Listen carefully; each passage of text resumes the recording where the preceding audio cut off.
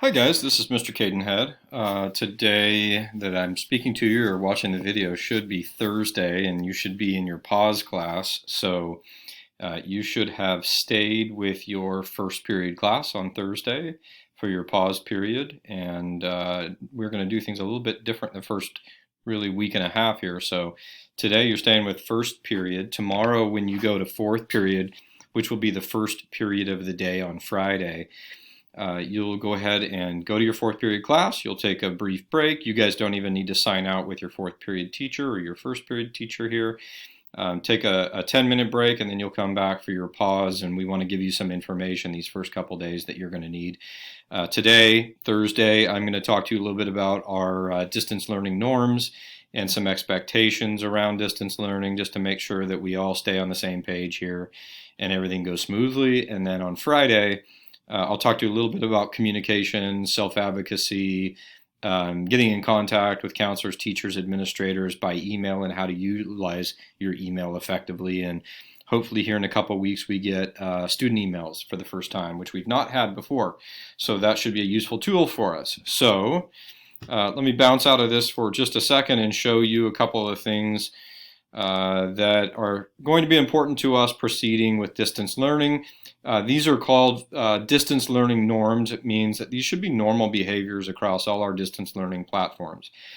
This set of norms that we developed, that should not, does not, well, it applies across the school. It doesn't necessarily mean that your teacher won't have their own set of norms that are specific to their discipline.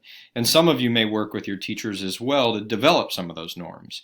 So that process may happen for individual classrooms as well. So let me run through a few of these. Some of them seem a little bit silly in this environment, but I'll kind of explain them. The first one, obviously, wear school appropriate attire. We would encourage you to have your webcam on so that we can interact with you face to face. But that certainly at this point is your decision, and your family may help you make that decision at this point in terms of privacy and having your camera on or not. When you have your camera on, please make sure that you have school appropriate attire on. Obviously, we don't care if you wear shoes, slippers, or whatever you wear, but otherwise, we would like you to have school appropriate attire. If you had something that had inappropriate imagery on your clothing, for instance, or did not meet school attire and it was on camera, we would address that issue. Okay. Use school appropriate backgrounds for synchronous learning. So synchronous learning, again, is when you are on with your teacher in real time. And some of you can set a background in some of those situations, or you have a background on the wall behind you. I'm in my office today here at school, and so you can see my background. We want to make sure that the backgrounds are appropriate for everybody and not distracting from what we're trying to accomplish academically. So make sure your backgrounds are appropriate. As always, we know we likely do not have to tell you this, but use school appropriate language, both verbal and written. So there are going to be times when you are able to interact with some of your peers and your teacher in a written format, and obviously in a verbal format. And so we have to always be careful of our language at all times so that we demonstrate respect to all, which is really critical, just as much in a distance format as it is when we're sitting together in a classroom. Okay, I want to talk a little bit about the district's technology use agreement, which every student signed through your parents when you guys register for Folsom High School on an annual basis. So let me show you that. Really, that technology use agreement is available through the internet, through the web. Your teachers likely will be sharing that with you, but I want to highlight a few pieces of that today. So when you get that, if you take a look down here at section E, cyberbullying, bullying using abusive or profane language in private messages on the system, or using the system to harass, insult, or verbally attack others. We certainly will have no tolerance for a student who chooses to violate that portion of our technology use agreement. That would violate education code as well, and so there would be discipline applied around that. Cyberbullying, bullying using images or language or using the system could include taking a screenshot of a peer and distributing or posting it with any disparaging comments in any way. You should not, in any case, utilize a screenshot of one of your peers or of your teacher at any time. There is education code that covers that as well. You do not have the right to record teachers without a prior written consent from your teacher or your principal. And so all of those things might apply to this subsection E in terms of cyberbullying, bullying, and certainly of your peers as well. So please make good decisions around that. We'll talk more about decision making around cyberbullying and internet use and social media use and other capacities as well. No screenshots, no recording, etc. We certainly don't want people doing that of you, and we don't want you doing that of others. We want to protect the privacy of the individuals in our courses.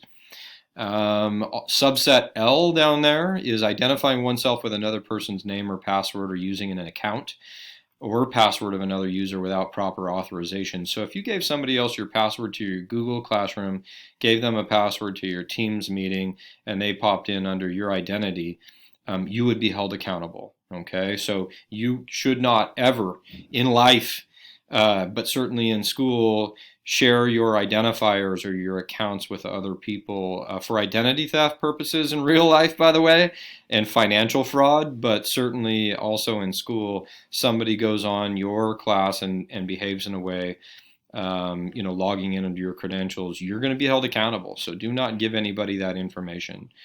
And then section Q down here, providing district internet access to unauthorized individuals.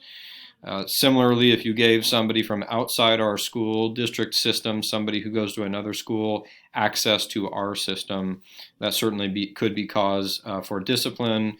And all of these, by the way, when you look through the technology use agreement, again, could make you subject to disciplinary action. And we could also revoke your user account and access to the internet.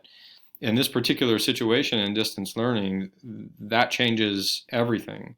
And that's not something that we would do lightly. It's not something that we want to do.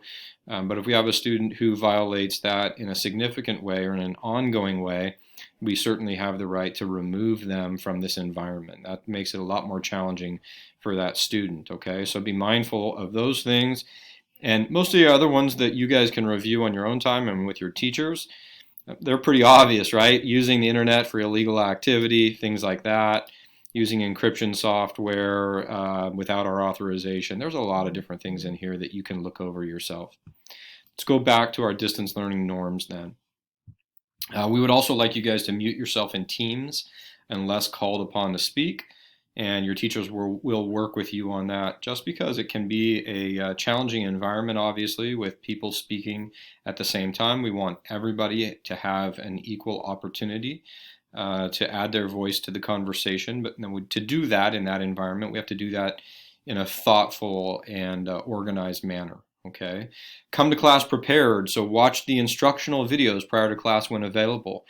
There will be times when your teachers are asking you to watch a direct instruction video or a lecture that they will provide to you through your Google Classroom during our asynchronous or independent learning time.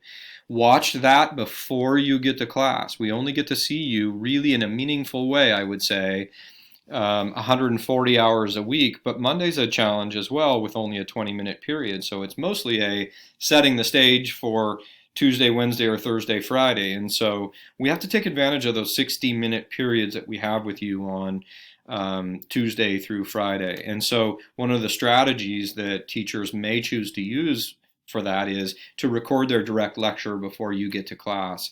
It really can be useful for you guys because you watch it ahead of time, you watch it at your pace, you can pause it, but also when you're done and you're preparing for your assessments, it gives you a chance to go back to that video and see that again.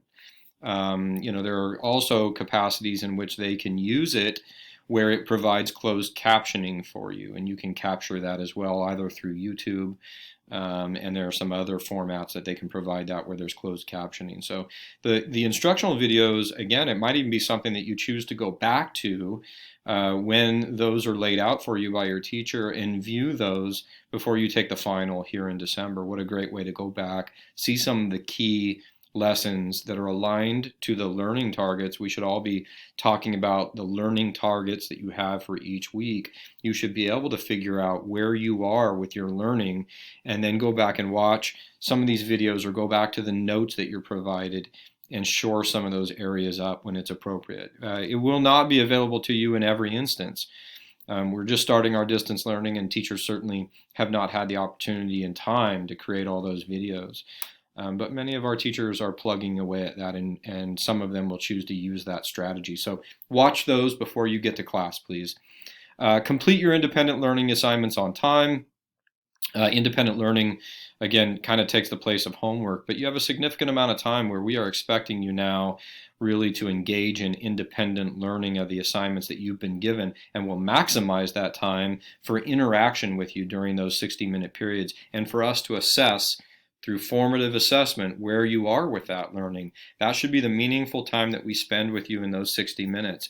Hearing your voice, you speaking, give and take between you and your teachers, assessing where you are in your learning. But you've got to make sure that you do your independent learning on your own. You have quite a bit of time during the day compared to what you normally would have. As many of you know, here after our first day of distance learning, after a Monday schedule that we had today, or on Wednesday rather. I'm speaking to you on Thursday, but I'm recording this on Wednesday. So you're going to have more time on your own than you've ever had. And teachers are going to have less time with you than they have ever had as well. So you've got to get prepared and take care of those things. Have paper, pen, pencil, ruler, calculator, PAWS port, textbook, all available to you. Create a workstation when at all possible. Have those items nearby so that when your teacher asks you to grab your textbook or grab a ruler or whatever it is that you need, grab that. So set yourself up and make sure that you have some kind of routine. I will add that as well. Create a routine for yourself. Create a space for yourself, a little office or study space when you have the opportunity to do that. It'll be a lot more productive with you. And if you can do it in a space or a place where you have fewer distractions, that would be ideal. When you're in class, be present. You are only in class 2 hours a week. For long chunks, and 2 hours, really 2 hours and 20 minutes a week if we include our Mondays when we check in with each other. So be present, put your cell phone away and put it on silent, please. Engage with your teacher and your peers. So come to class ready to engage, ready to speak, ready to unmute yourself, know how to do that when you're called upon, or you have a question, raise your hand, but remain engaged with us. One of the challenges of distance learning for all of us, including teachers and administrators, by the way, when we're doing these things at home, is that we can have distractions. Your dog's barking, your brother's walking by, your sister's doing whatever. So try the best that you can to remain focused on what you're doing. Keep your Chromebook's webcam on and remain visible if you're comfortable and if that's possible for you. It provides a little bit more of a personal exchange for you and the teacher. It's for teachers, it's really challenging to not see students in this environment. Usually we can kind of see the look on your face and go, I can see they're confused. I need to reteach this, or I need to ask some questions about this. If you're comfortable, again, I want to qualify that, if your family is comfortable with that, if your environment allows, then keeping your webcam on is a great way to make sure that you interact with your teachers and your peers in a personal way. Get to class on time and be present throughout. So stay for the entire meeting, arrive to class on time, and so popping in and out can be really challenging for teachers. They're talking, if I've got people coming in and out of class, it's really challenging in the digital environment to know who I missed with some of this information. Stay organized. Write independent learning assignments and due dates in your PAWS port, please. So, as always, this is always good advice, not just distance learning, but really because we've changed the schedule now, I think this skill will be even that much more important. So when you get your independent learning assignments, take out your PAWS port, write it down in there that night. What is due? You have 2 nights now. It's kind of like our block schedule in an ongoing way, right? With our modified block on Wednesdays and Thursdays where you have 3 classes. But some of you are going to meet with your teachers on Thursdays, and really, you don't meet with them again for an hour-long class until the following Tuesday. That's a long chunk of time. You need to remember everything that you've been assigned to do, and when all of your tests and assignments are going to be collected and how they're going to be collected. So use your PAWS port to write all of these items in there, please. And your teachers may be walking you through that, especially our younger students, to make sure that you guys are utilizing this. If you have technical difficulties, I've shared this out with your parents, and if we do get our student emails up and going here in a couple weeks, I'll be sharing a lot of this stuff directly with you guys, and we'll talk about that a little bit more tomorrow, and the use of email and checking of email and responsibilities around that. But if you have technical difficulties, I put this at the bottom of this sheet as well. Please make sure that you call the technology help desk. And if you want to file, you can click on that link that's right there. You can actually fill out a form if you can't get through to the help desk at any given time and request some support and let them know that what you're struggling with. They're kind of our technology experts if anything is going on. I want to remind you really that all students really should have a Chromebook. If you have another computer or laptop that you're connecting with, that's great. I would recommend for those of you who are using another computer that you set your Chromebook to the side and you almost use it like a two-screen setup. So you could be using Google Documents off to the side, and then on this screen over here you could be engaging through Teams. So it's nice to have your Chromebook in that capacity. It's also nice if you have technology issues with one, you have somewhere else to go to connect. So you'd have that Chromebook on the side. The other plus I want to remind you, I sent out this in an email to parents, and hopefully they passed it along to you, but the Chromebook allows us to push out updates district-wide. So if we have an update to Teams, if we have an update to Google Classroom, or another application that we choose to use for education, we can push it out to all of your computers or update the system.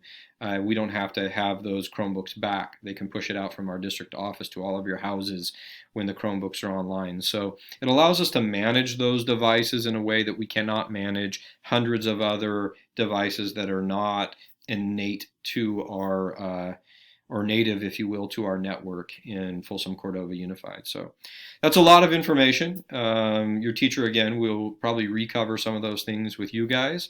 I appreciate how many of you logged in Wednesday, the first day. It really was pretty darn good. Remember, our goal this week, the entire week, is to get everybody logged in and connected. And certainly the faster we do that, the faster we start to get into some of our content. But I want you guys to connect with your teachers and learn about your teachers a little bit. And your teachers need to learn a little bit about you before we move forward.